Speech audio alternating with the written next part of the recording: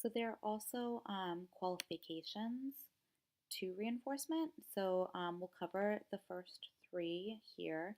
So delay between response and onset of consequence, stimulus conditions in effect when response occurred, and the strength of the current motivation with respect to the consequences. So in terms of that first one, delay between response and onset of consequence, basically that's stating that immediacy of reinforcement is really important. Animal research has showed that reinforcement is only effective if provided before a time lapse of 30 seconds. In terms of reinforcement in general, basically we've seen that any delay between response and onset of consequence affects the efficacy of that reinforcer. So really, reinforcement provided after 1 second is less effective than being provided after a 0 second time delay. So for those of you who are working as RBTs or doing direct one-to-one with a client, implementing discrete trial instruction, a lot of your current supervisors probably put a huge emphasis on the immediacy of reinforcement.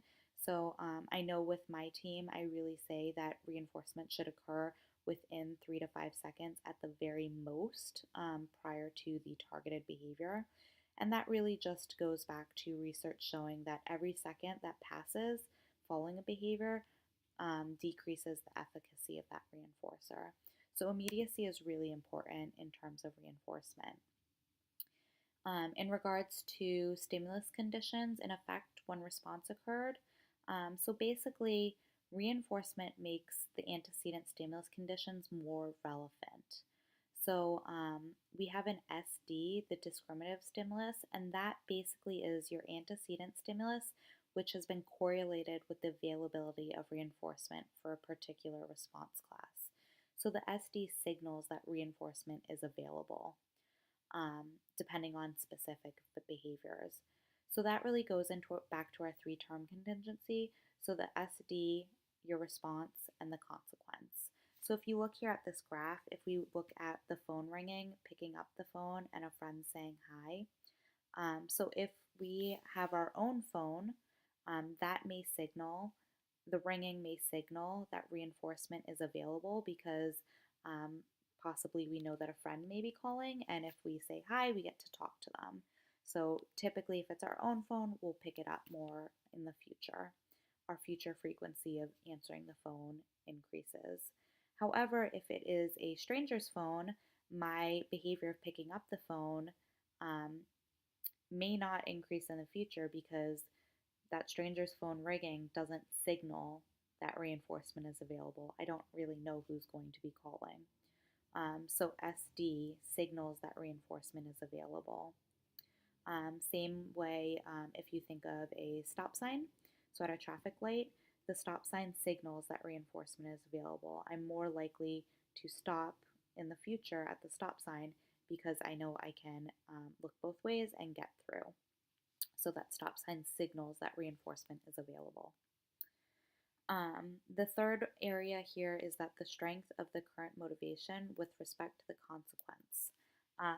So really, reinforcement only works if there's motivation, if the client's motivated for the reinforcer, right? So motivating operations alter the current value of a stimulus change as reinforcement. So for reinforcement to work, the person must really want that reinforcer, is basically all this saying. So we have two types of motivating operations. One is the EO, the establishing operation, which increases the current effectiveness of a reinforcement, and the other is abolishing operations, or AO, which decreases the current effectiveness of a reinforcer. So this also plays into satiation and deprivation.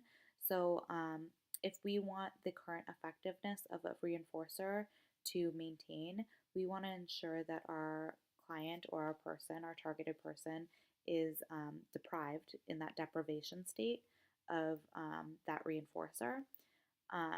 So for example, if we're using M&Ms as our reinforcer, we wouldn't want to give M&Ms all day, every day. They would lose its effectiveness, right? It would wind up being an abolishing operation. And we want to ensure that we have EOs in place, motivating operations. And that leads us to our 4-term contingency. So we have our 3-term contingency, which is our SD, our discriminative stimulus, our response, and our consequence. But we also have our 4-term contingency, which includes establishing operations. So it's our EO, our SD, our response, and our consequence. So both are very important in terms of teaching new skills and ensuring effectiveness of reinforcers. That 4-term contingency is really important.